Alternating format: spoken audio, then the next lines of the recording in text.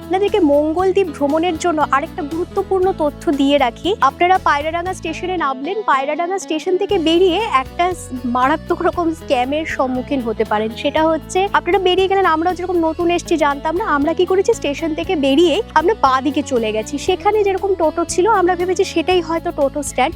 সেখানে আপনাকে ইনসিস্ট করবে রিজার্ভ করার জন্য, এবং রিজার্ভ করার ক্ষেত্রে আপনাকে প্রথমে বলা হবে যে 100 টাকা লাগবে, তারপরে বলা হবে 80 টাকা, তারপরে বলা হবে যে 3 জন না হলে 3 জনের বেশি আমাদের 3 জনের মোটামুটি ভাড়া দিতেই হবে, সেক্ষেত্রে আপনাকে 60 টাকা করে দিতে হবে।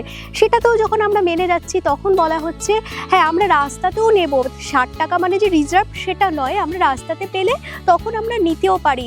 মানে এই ধরনের একটা স্ক্যাম চলছে। আমরা যেহেতু নতুন ছিলাম জানতাম না, তারপরে আমরা আরেকটু এগিয়ে আসলাম, মানে পায়রাডাঙ্গা মেন রোডের দিকে। আপনারাও আসলে সোজা পায়রাডাঙ্গা মেন রোডের দিকেই যাবেন, কারণ না হলে এই ধরনের স্ক্যামের সম্মুখীন হবেন।